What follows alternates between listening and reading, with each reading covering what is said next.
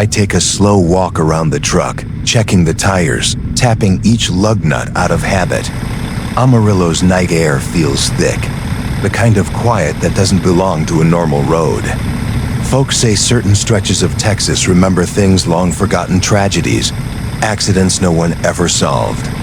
I don't know if that's true, but tonight has that strange weight to it. Climbing into the cab, I settle into the seat and glance at the mirrors. The yard lights flicker behind me, and for a second, the reflection looks like someone standing back there. Probably just a worker, or maybe just the night playing tricks. Either way, I shake it off. Got Frac Tank bound for Odessa, and the road isn't gonna drive itself.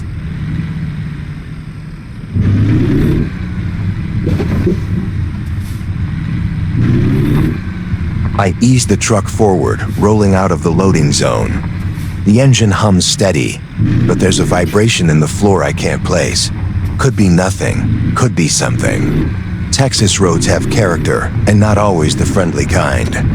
Back in '78, a driver swore he saw a woman in white on this very route standing in the middle of the lane, staring.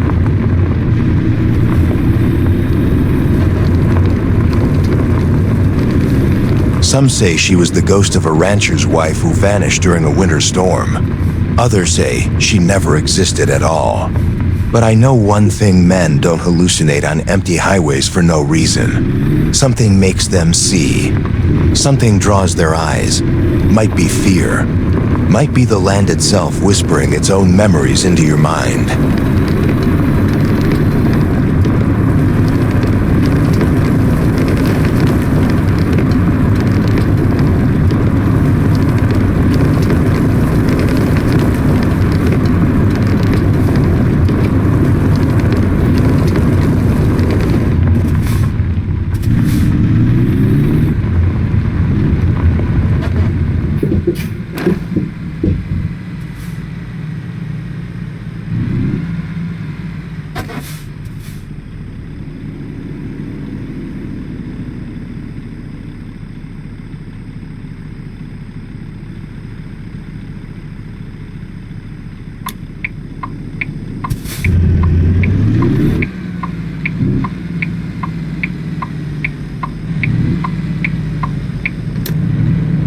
Rolling through the dark, I feel the weight of the Texas plains pressing in. Then bam. A white sedan clips my front quarter and blasts past like I'm invisible. I grip the wheel hard. My truck lurches. Damage indicator jumps to 27%. Hell of a way to start a run. Whoever that was, they didn't even slow down. I check the dash, hoping nothing's broken clean through. That's when the engine check light flares up in angry yellow. Just great.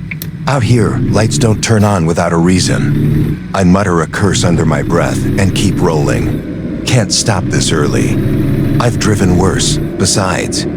Strange things always happen around Amarillo after midnight. The road stretches out ahead, empty except for my headlights slicing through the dark. I keep waiting for the engine check light to fade, but it stays glowing like a warning from something older than this truck.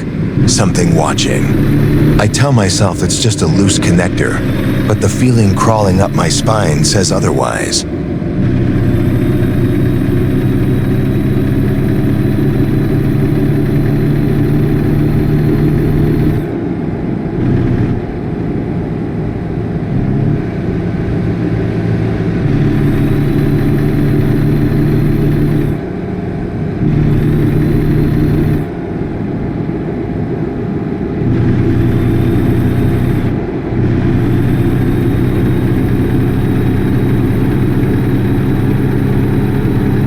The engine sputters once, not enough to stall, just enough to make my pulse jump. For a second, the shadows near the curb look thicker, like someone standing there. But when I blink, it's gone. My mind's probably just replaying old legends.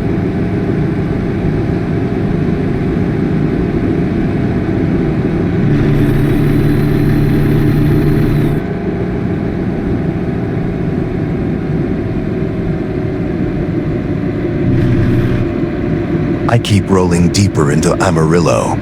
Streetlights flicker overhead like they're struggling to stay awake. This town has stories, old highways, old tragedies. Back in the 1950s, a whole stretch of Route 66 got a reputation for phantom hitchhikers. Truckers swore a man appeared in their mirrors, but vanished when they turned around. The weird part? Every driver who reported seeing him later had engine issues. Like something drained power when it got close. Looking at my own engine warning, I can't help thinking about that as the dark presses in. Coincidence? Maybe, but Texas doesn't do coincidences very often.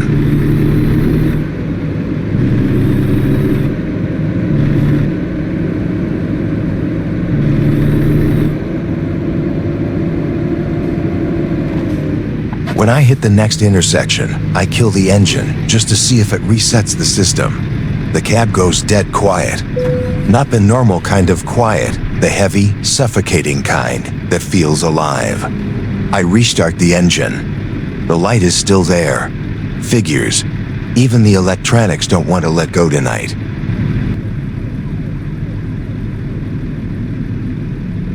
Driving deeper into the city, I catch a glimpse of Amarillo waking up slowly dim storefront signs, scattered houses with porch lights still on. The night has that in-between feel when it's not quite morning, not quite dark. Perfect time for the world to feel off balance. Perfect time for old stories to crawl up from the dirt. Stopping at another light, I try one more time to let the engine idle and clear the warning. The cab vibrates strangely too slow and rhythmic to feel mechanical. I wait. Nothing changes. So I push on, deciding the truck will live. It's seen worse nights, and so have I.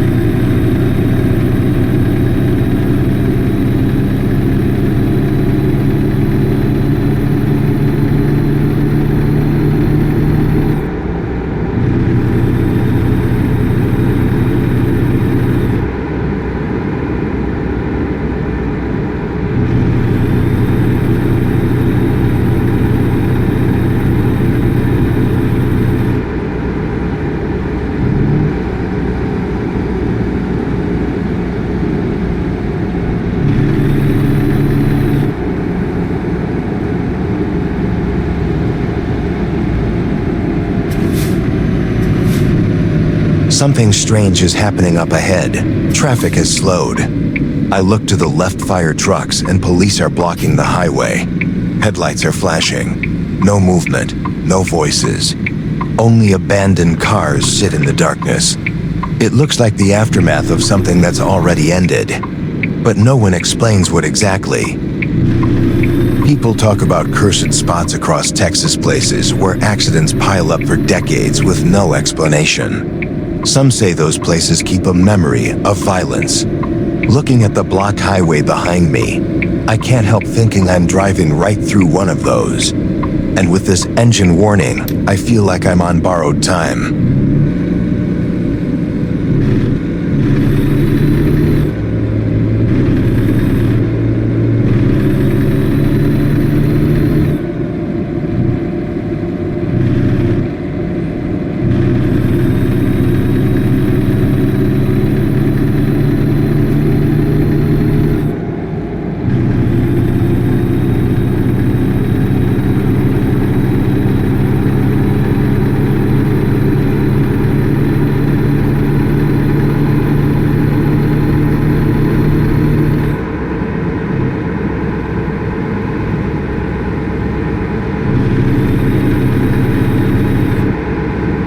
The hum of the engine settles into a low rumble, steady but tired.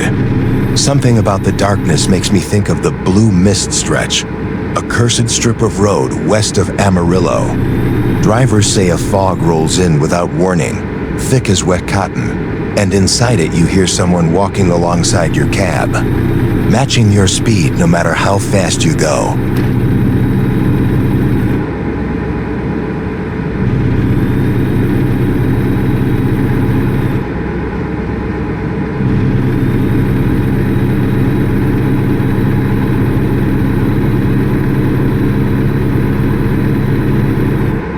The road widens. I breathe a little easier, but the stories don't leave my head. Texas has a way of keeping its ghosts close.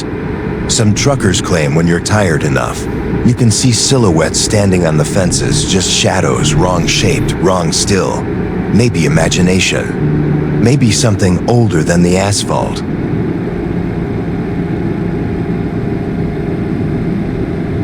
I push forward. Small town ahead, nothing but silhouette and a lonely gas station. Stores still dark, neon signs dead. These are the kinds of towns where legends grow easy. One empty house, one missing person, one unexplained sound before long. Every building has a story attached to it, and none of them end kindly.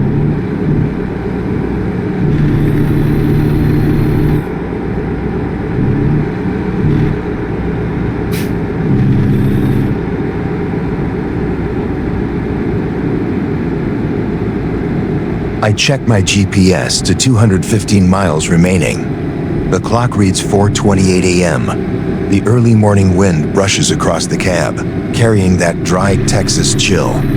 I settle into the seat, hands steadying on the wheel. Somewhere behind me, the land I pass through feels heavier than before, like it's watching me leave.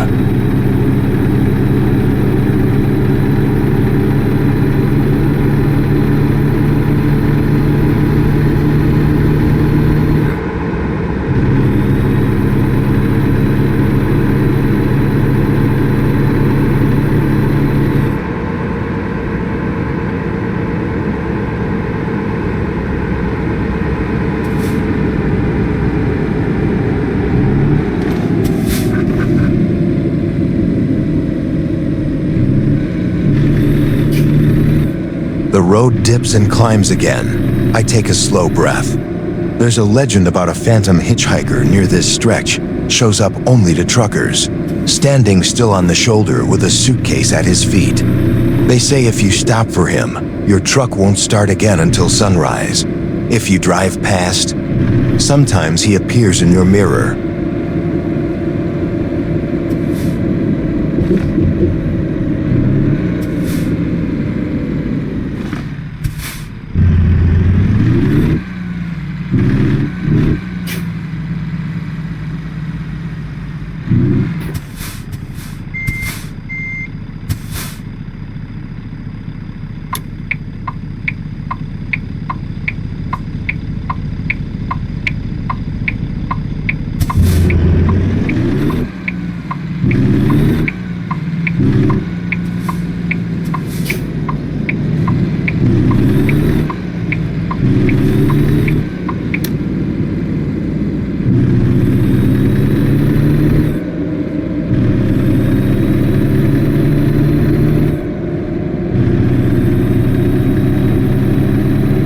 horizon is still dark, but traffic thickens. A lone sedan slips into view and disappears again between dips in the road. I settle deeper into the seat, letting the hum of the tires sync with the story running in the back of my mind. A tale about a ranch hand who vanished near Lubbock. They only found his dog sitting on the side of the road, waiting.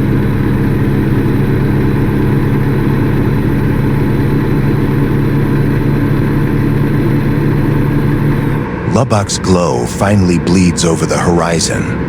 I roll closer, headlights carving through the last of the night. Folks around here talk about an abandoned radio tower outside town, one that supposedly broadcasts a single voice past midnight, a woman calling for help in a language no one can place. The signal stops at sunrise.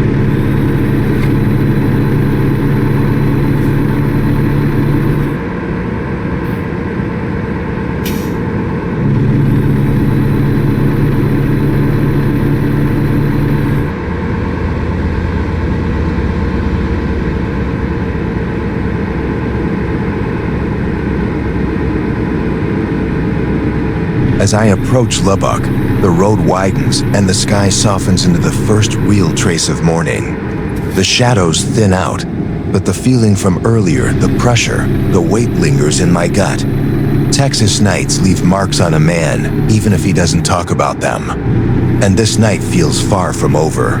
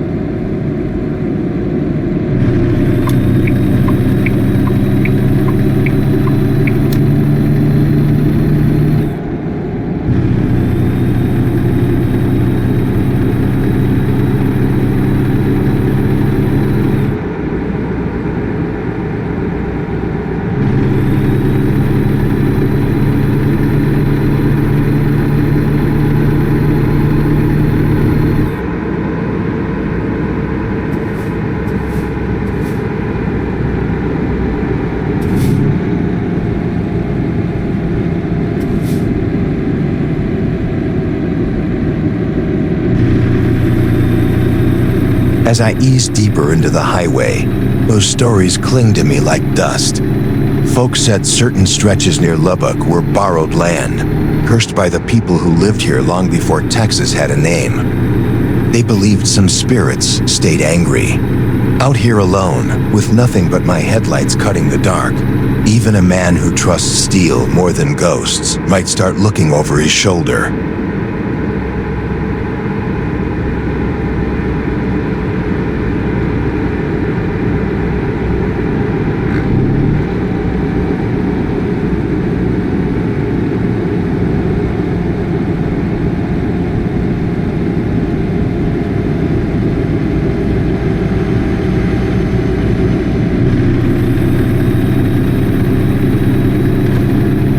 A semi loaded with hay passes me on the left, blasting through the wind like it's late for Judgment Day. It snaps me out of the story. I watch its taillights shrink, then disappear over a hill. For a second, I wonder how many drivers out here carry their own ghosts, weaving them between mile markers the same way I'm doing now.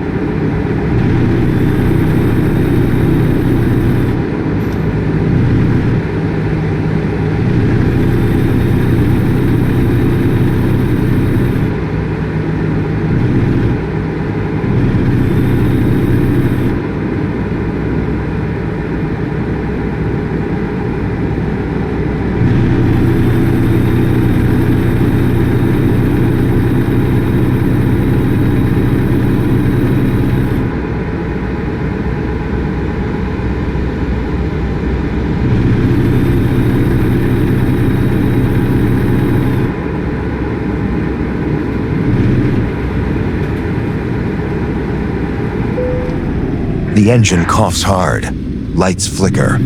For a heartbeat, the cab goes black, and every story I just told feels too close. But I twist the key, and the engine roars back like it's angry at the world. Happens sometimes when you run old equipment. Doesn't stop the shiver that crawls up my spine, though.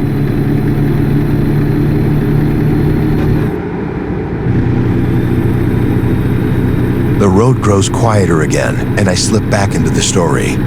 They said the worst place was a forgotten farm road north of here.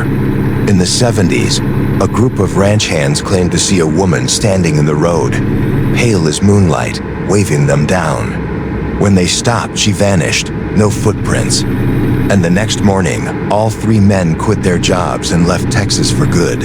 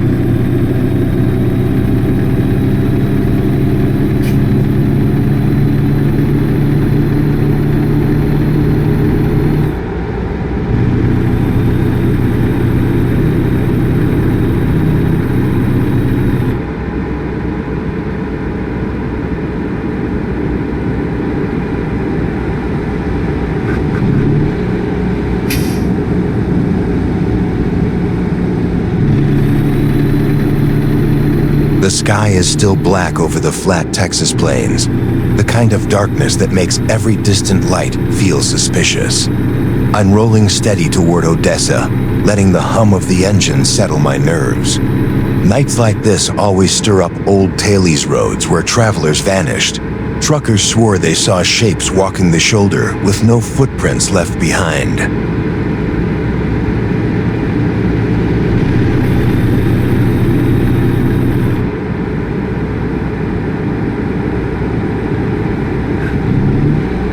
"4:27 a.m., 30 miles left. The sky wants to brighten but hasn't committed yet. People say dawn is when the veil thins.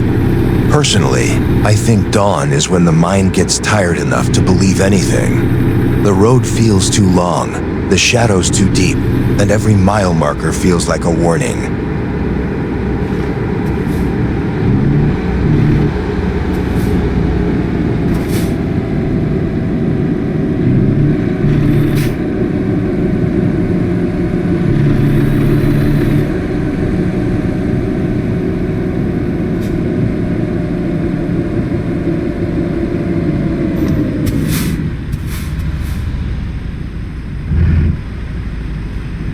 Traffic stops at a light. My engine dies again. Perfect timing. I sit in the silence, watching fog swirl low over the asphalt. Cold breath of the Texas plains. There's a legend about a rider who appears in fog like this horse, made of smoke, hooves never touching ground. Folks say he travels between towns looking for something he lost. The engine kicks back to life, stronger this time. I roll toward Odessa, the night finally loosening its grip. The sky is turning silver, thin clouds glowing from a sun that hasn't shown its face yet. I can feel the weight of the stories fading, like they only belong to the dark.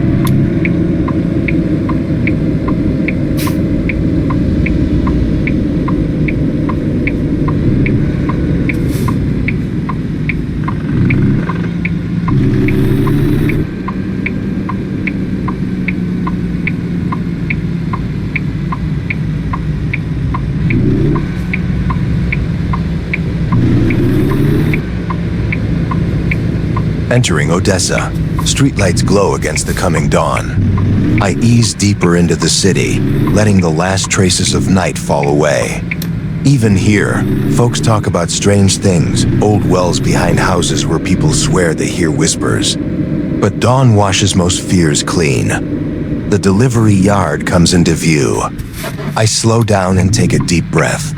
The horizon finally breaks, the first golden line of sunrise spilling over rooftops. Looks peaceful, quiet, like none of the night stories ever existed. But Texas remembers. Roads like these always do.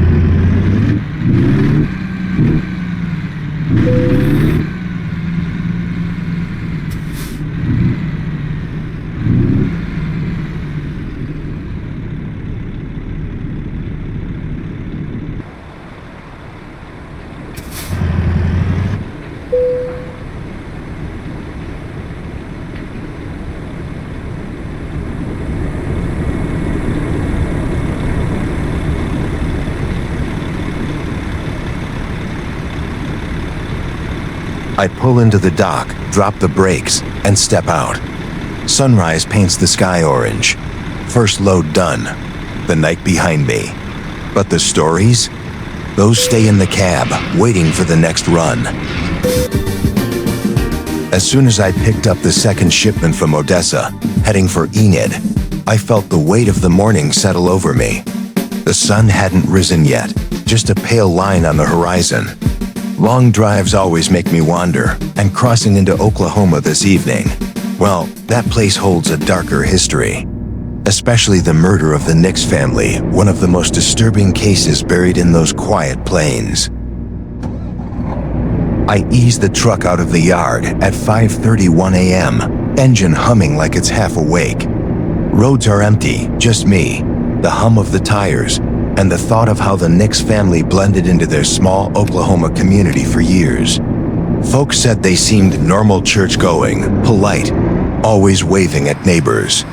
Nobody imagined the horror behind their doors.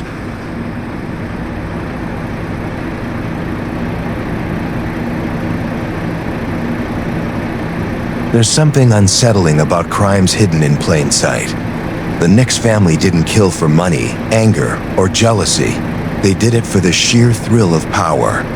The victims vanished on country roads, their stories fading like tire tracks in dust. Driving in such silence, I can't help but imagine how many people have vanished on roads, like the one I'm about to take.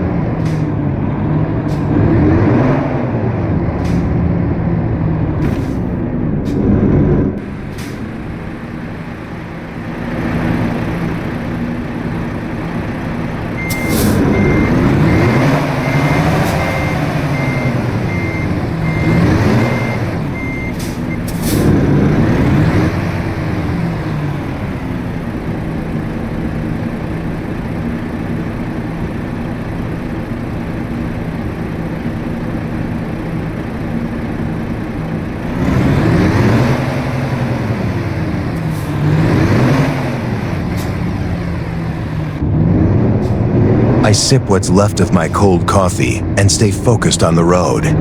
Cases like the Nix murders always stick with me from my police years.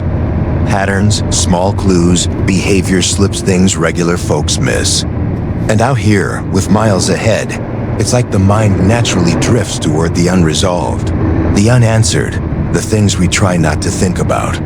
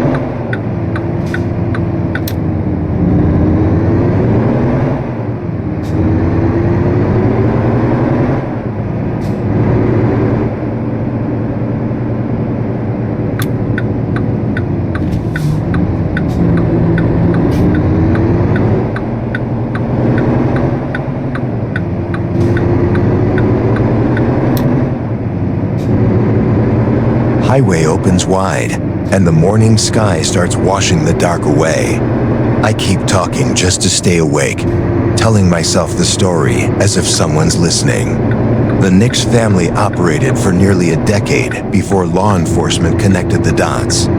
Too many jurisdictions, too many missing person files collecting dust.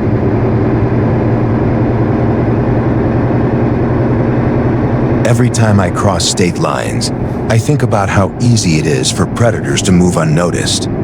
Truck stops, bus stations, lonely motels, places you forget even while you're standing in them. Victims last seen stepping into the wrong car, or being offered help that turned out to be a trap. And the Nix boys were patient hunters. Up ahead I spot roadwork, another slowdown. Cones, flashing arrows, a couple tired workers drinking coffee. Perfect timing to talk about how the Nix family used construction detours to isolate victims. Remote roads, no cameras, nobody paying attention. Sometimes evil doesn't need darkness, just opportunity. As I roll past the construction, the truck vibrates over uneven pavement. Reminds me of case notes describing abandoned vehicles found near rural county lines. Engines off, doors open, belongings untouched. Signs of panic without a single witness. Oklahoma's wide spaces make people disappear like chalk washed off by rain.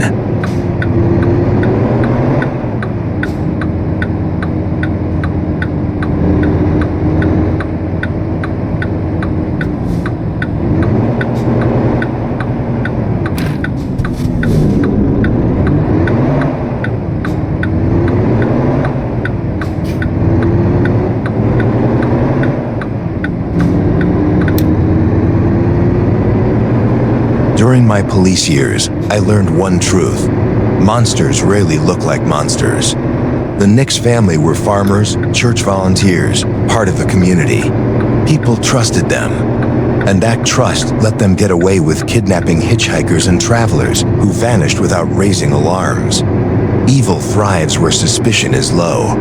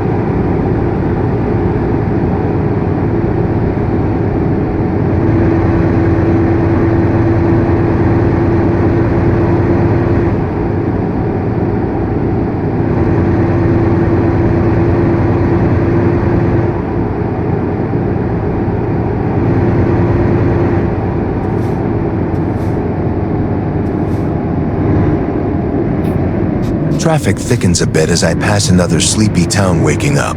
Makes me wonder how many locals ever knew the full story. Some say the Nix farmhouse was cursed long before the murder's strange lights, missing pets, screams at night. Others claim the family was just born rotten. Truth is probably somewhere in between. The town feels cramped despite its size. Houses packed tight. Pickup trucks parked wherever they fit, kids running with backpacks. Hard to imagine a predator thriving here, but small towns can hide rot better than big cities. Everyone thinks they know everyone. That illusion keeps folks blind.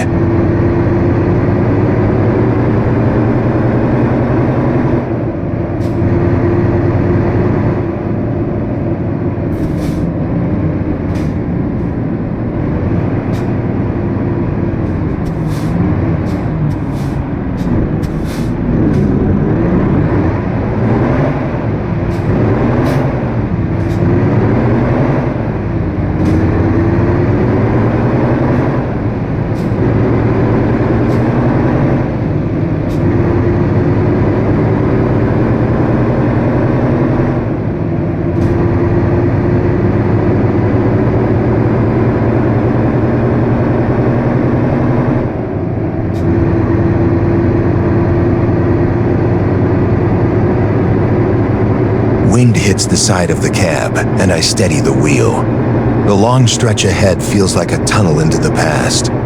That's the thing about road travel, you've got nowhere to hide from your thoughts. Plenty of time to pick at old memories, old cases, ghosts of things you couldn't solve.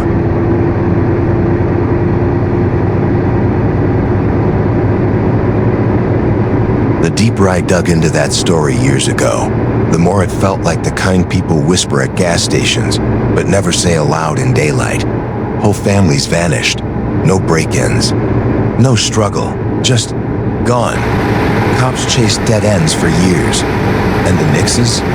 They played friendly, waving from porches like nothing was wrong. You'd think evil shows itself, but the worst kind rarely does. It blends in, hides in routines. Sunday church, barbecues, PTA meetings. That was the Nix's pillars of their little Oklahoma town. Even while bodies were being buried on land no one dared to check. Everyone trusted them. And that's exactly how predators survive.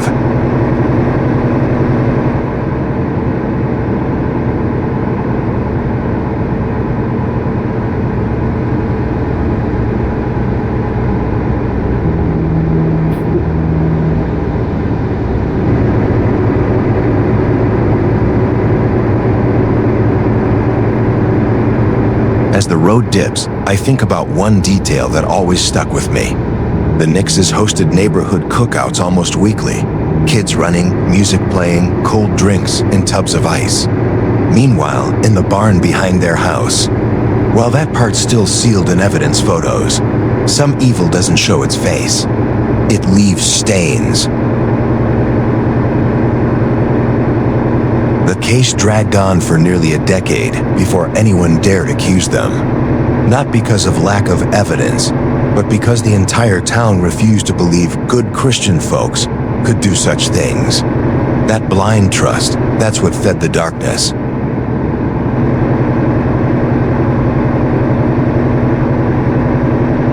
There's something about small towns that makes them vulnerable. Everyone knows everyone, but nobody truly sees anyone. Cops overlooked signs because the Nixes smiled the right way. Preachers vouched for them. Teachers defended them. By the time anyone realized the truth, the miss-in-person posters filled half the county.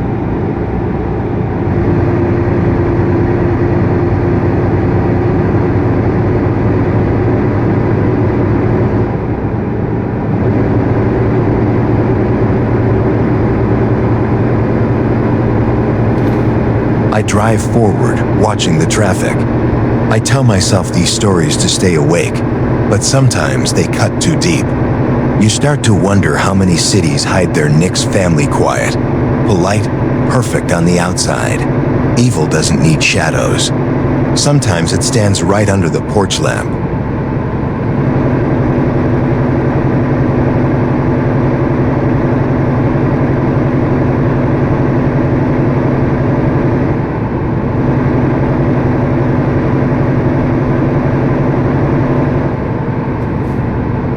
I checked the mirrors again. Long road behind me, longer ahead. The case had one survivor, you know. A kid who escaped one August night and ran barefoot down a gravel road until a trucker found him. That trucker's dashcam footage broke the case open. Sometimes heroes are just people in the right lane at the right time. The boys said the Nix family hunted together. Not metaphorically, literally. They'd take turns choosing victims. A family tradition, they called it. When he told investigators that phrase, grown men left the room to cry. Evil like that doesn't just scar a town. It marks the land.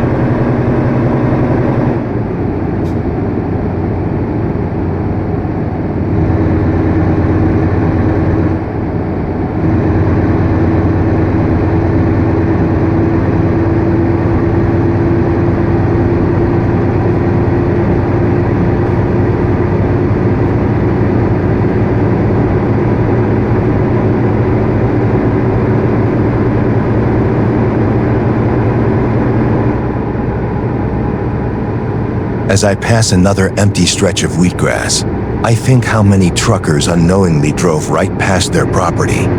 Thousands of us, carrying freight while the Nixes carried secrets. Roads remember things, soil remembers things. And sometimes, when the wind hits just right, the truth rises like dust.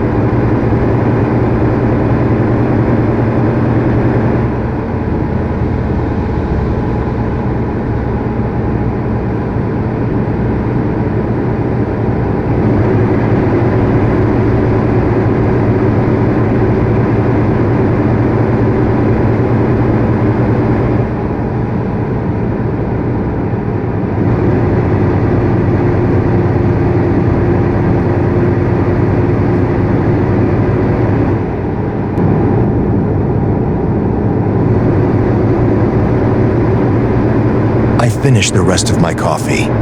It's lukewarm, but still better than the chill that permeates my thoughts.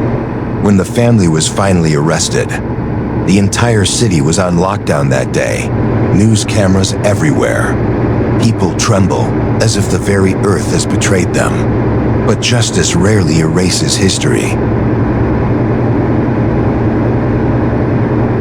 I switch lanes, letting a fast car pass. Crime scenes stretched across 3 counties. Sheriff reports mentioned ritual markings, though the office later denied it publicly. Hard to say what's truth and what's folklore now. Oklahoma has a way of turning real horror into whispered legend. That kid, the survivor, disappeared years later. Witness protection, they say, may be a fresh start. Maybe he just wanted to outrun his past. Can't blame them. Some stories aren't meant to stay in one place. They cling to you like road dust, settling into every mile you drive. The sky is already completely light, and I'm getting closer to Oklahoma. It's strange to tell dark stories on such a sunny day, almost like a struggle between the past and the present. But Nix's case, it teaches one thing. The monsters we fear don't hide in the woods. They hide behind smiles.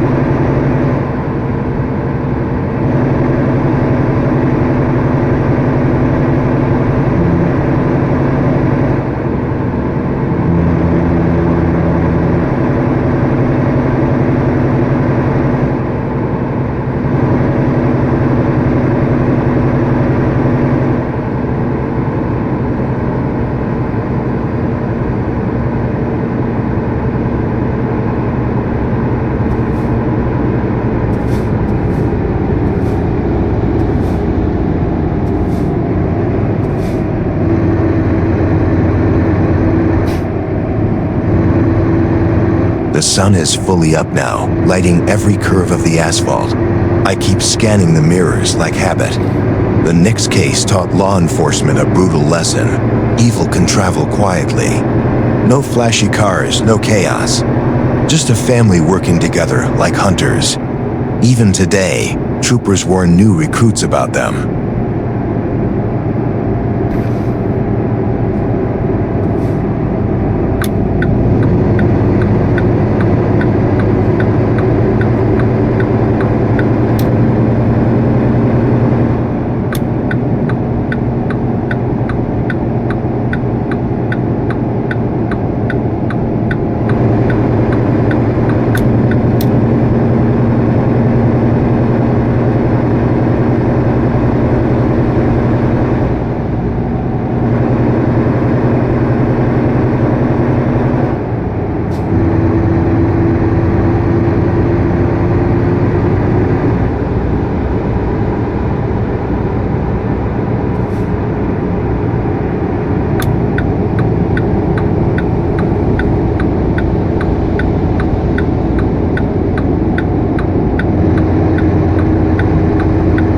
road signs start counting down the miles toward the border. I feel the weight of the trailer shifting gently behind me. The land here turns harsher, more open. Locals say this region has a way of showing a man who he really is. Maybe that's why so many crimes get solved here, nowhere to hide.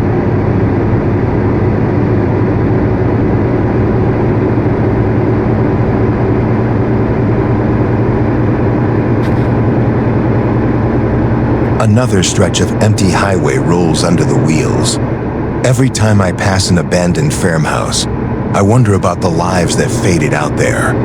Some say one of the Nix brothers hid out in a burned-down house near the state line for 2 nights before they caught him. No one knows how he survived the cold.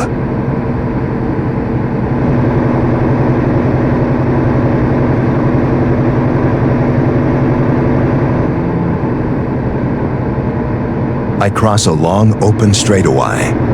Wind pushes lightly on the trailer. Out here, the silence is different, thick, almost watchful. A place like this can make a man reflect on all the things he's outrun in life. Maybe that's why I keep hauling. The road feels honest, even when the stories aren't.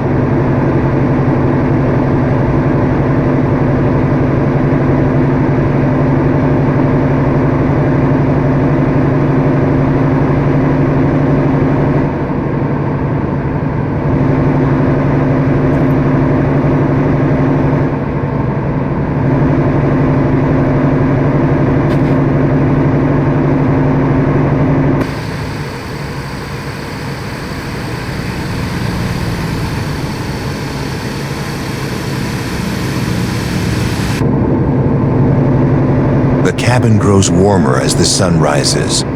I crack the window. The scent of dusty fields hits me earth, dry grass and miles of open space. This is the kind of land the Nix hunters used. Familiar, deserted, forgiving. They knew every back road from Oklahoma to Kansas, every shortcut that had hidden them for years.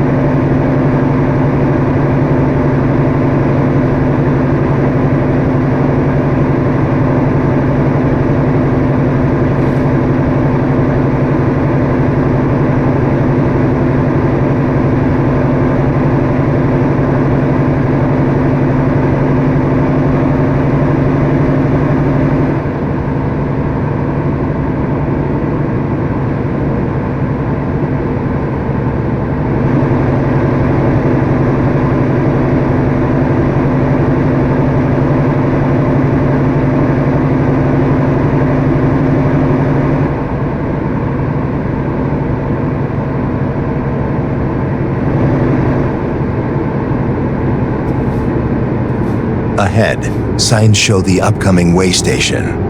Routine stop. But the Nix case had one eerie detail troopers discovered one brother worked at a way station years before the killings began. He used trucker logs to track loners on the road. That part always chills me more than the rest.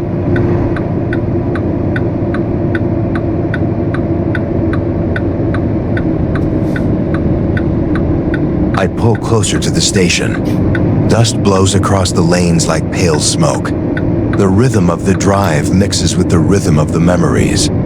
Out here, you learn that distance doesn't erase anything. It just spreads it thinner.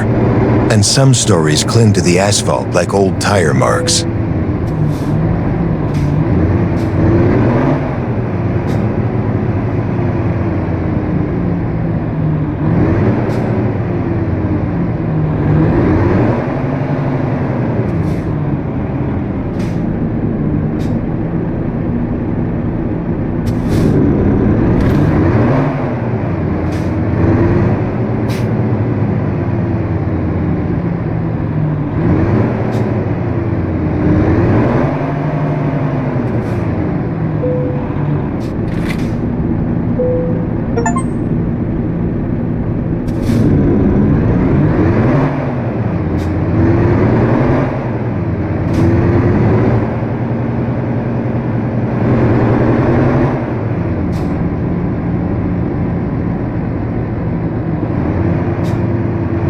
Sunlight flashes off the hood as I clear the way station. Everything feels open, exposed. That's the thing about Oklahoma crime stories. They don't hide in shadows. They unfold in the wide open. The Nix family wasn't monsters from alleys. They were neighbors, farmers, drivers. Invisible until they weren't.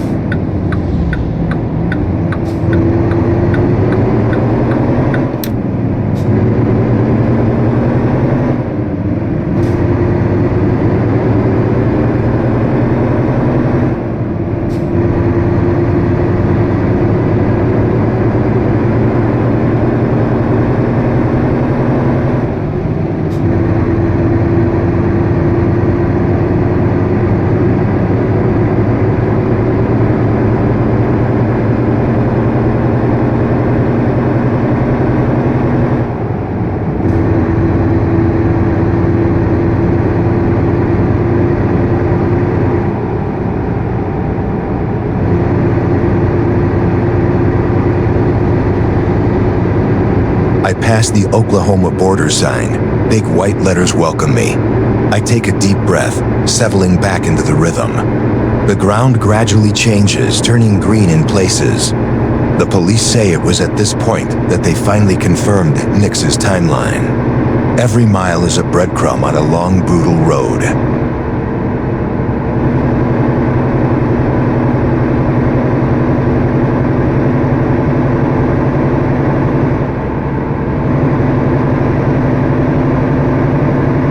The highway smooths out again. I let the truck settle and breathe with the engine's steady thrum. Another hour ahead. Another stretch of road where stories rise up from the land itself. Some true, some half-remembered, some whispered by tired drivers chasing miles. And today, I'm carrying all of them with me.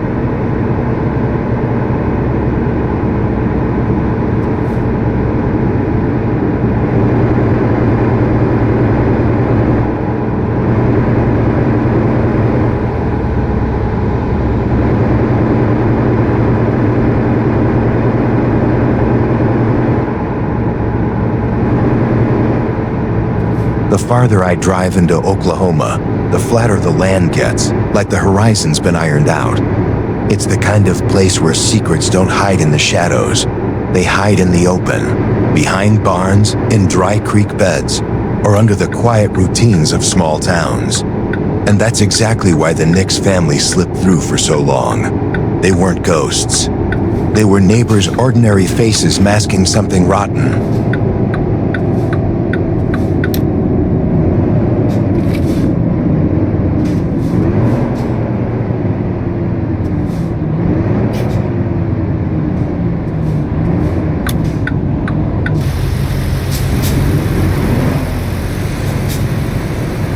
Traffic thickens ahead, pickups merging slow, locals heading home from lunch or errands.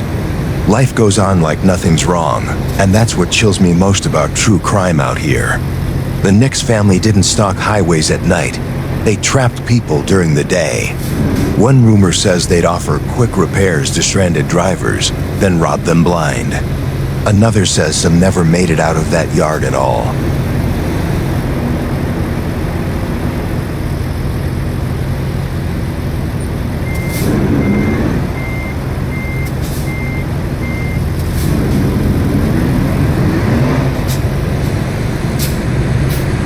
You know, the Nix family case still sticks with me. Not because of the crimes themselves, but because it shows how quiet places can hide the darkest things. But I'm not here to drag you through every shadow in Oklahoma. There's a whole lot more to this state than killers and cold files. So let's close that chapter for now and talk about the Oklahoma I've come to know from behind the wheel, its towns, its people, and the open road that cuts straight through its heart.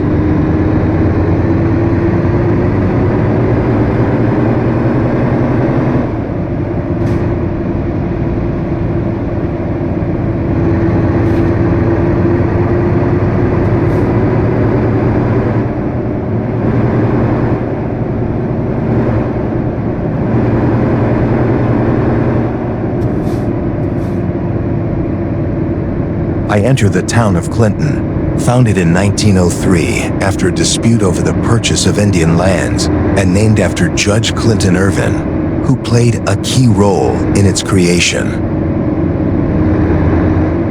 During the Great Depression and the Dust Bowl of the 1930s, Clinton was a vital transit point for thousands of families, often called Okies, who migrated west along Route 66 in search of a better life. Residents witnessed the despair and hope of these travelers, cementing the city's connection to this important period of American history.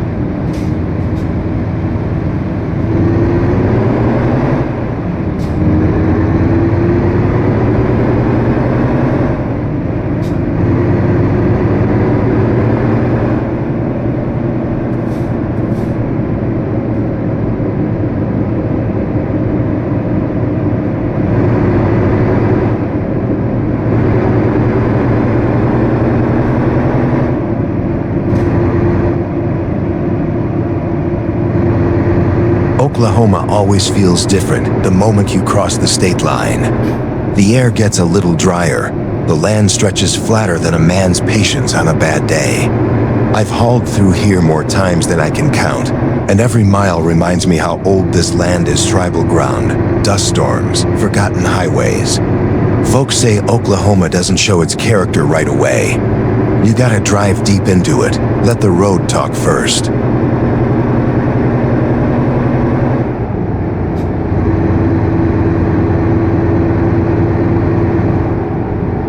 Most people think of Oklahoma as nothing but open fields, but that's not true. Out here, small towns pop up like memories. Woodward, Clinton, Enid, each with its own stories carved into brick walls and old grain elevators. I always pay attention to the folks at the truck stops. Quiet types, but sharp. They've seen storms tear roofs off and summers so hot your engine begs for mercy. This state builds tough people, whether they want to be tough or not. To my left, a wind turbine spins slowly and steadily, as if it has all the time in the world. It's here that you begin to notice things you usually overlook. The hum of the blades feels almost like the heartbeat of this land. To my right, a green field stretches out, and beyond it, a whole line of trucks waiting to be loaded. It reminds me that every mile has its own quiet rhythm.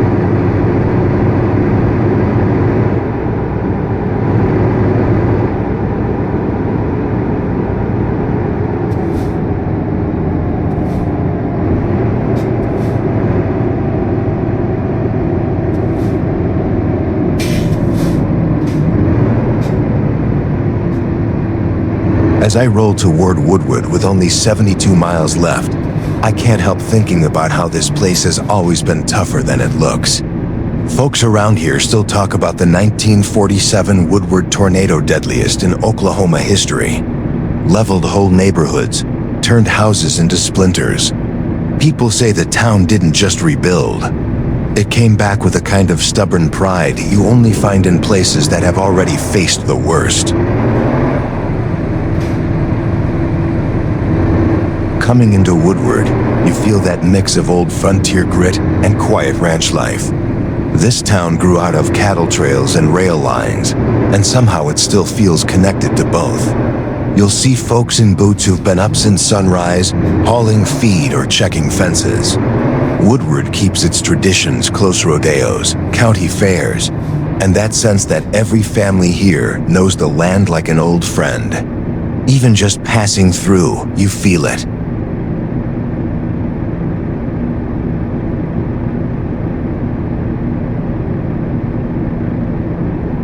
Driving past the signs heading into Woodward, I get the sense of a town balancing past and present. Wind farms on the horizon, new shops mixed with old brick buildings. It's a place trying to grow without losing itself. And for a guy like me, always on the move, towns like this hit different. Makes you wonder what life would have looked like if you stayed put somewhere. But that's not my road. Mine leads through places like Woodward, mile after mile.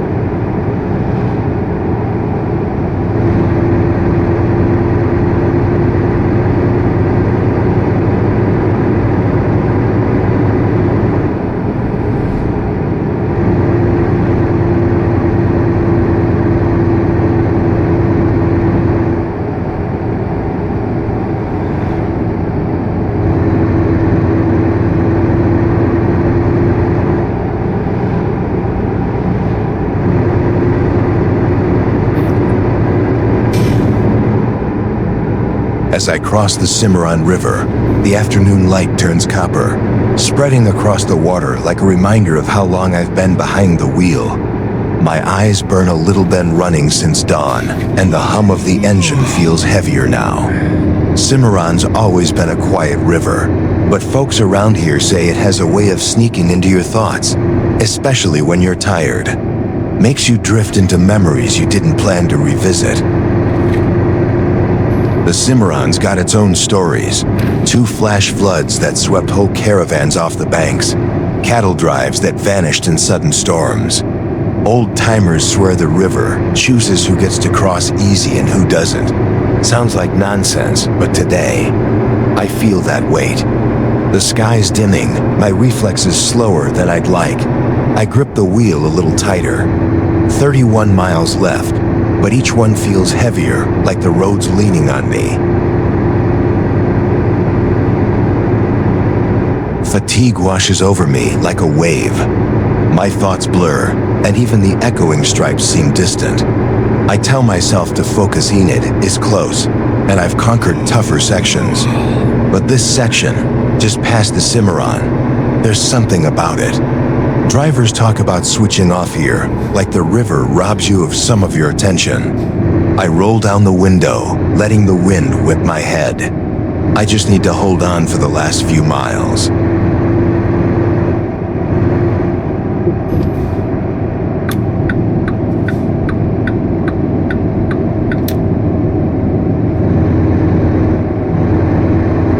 Rolling into Enid with just 3 miles left, I can feel the weight behind my eyes. It's that kind of tired where even the colors of the town look softer, like someone turned down the brightness on the world. Enid's a calm place from the outside, but folks say it's got history layered under every street. Oil booms, rail lines, storms that tore half the county apart. Right now, all I'm thinking about is getting this load dropped off before my hands start shaking. What I always liked about Enid is how the town feels like a crossroads for working people, farmers rolling in dusty pickups, elevator operators finishing long shifts, truckers like me sliding through at sunset. You can almost taste the grain dust in the air. It sticks to everything. Folks say the old Cherokee outlet land run shaped this whole region, thousands racing for land in 1893. Hard to imagine that chaos now, with me crawling forward on sleepy streets like a man moving through fog.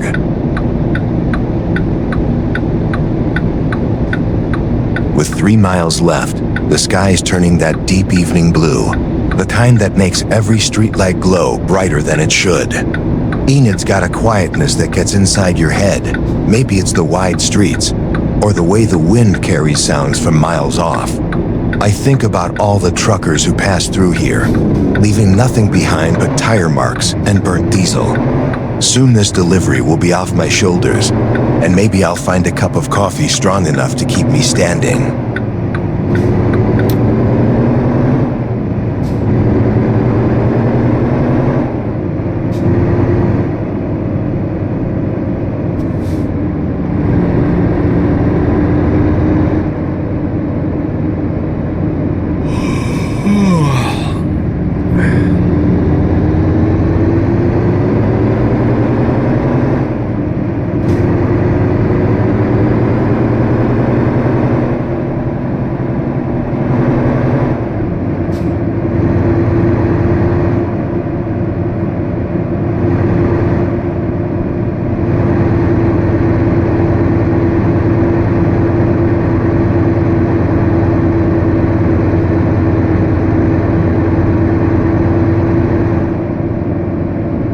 As I roll into the last stretch toward the delivery yard, the clock shows 6:03 p.m. and the sky over Enid is turning that soft evening orange. The big tires in the trailer shift a little behind me, reminding me why I'm here. A job well done, no matter how long the road gets. These final miles always feel different, quiet, focused, like the road itself is giving you space to breathe before the day ends.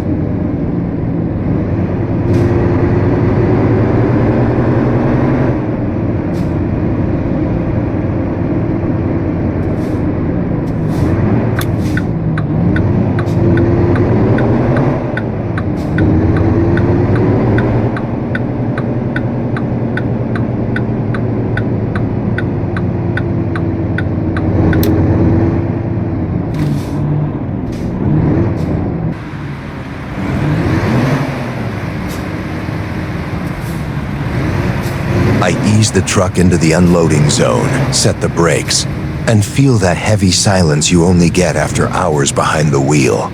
The workers guide me in, and within minutes the tires are offloaded. Another job closed out. Another story written on the asphalt.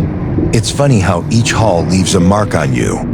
Maybe it's the miles, maybe the people, maybe the land itself.